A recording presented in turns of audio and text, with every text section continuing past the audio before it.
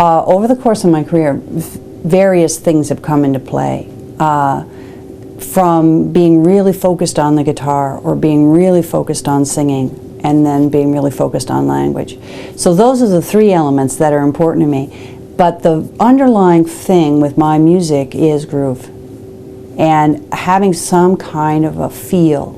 So the way I've recorded all my albums is I would go in and record them live.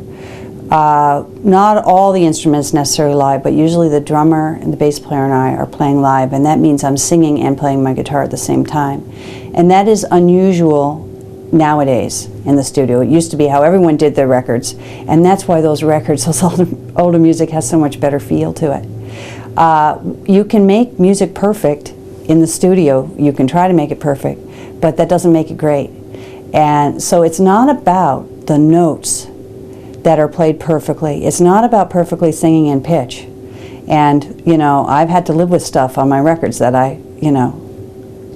bothers me. But I choose that.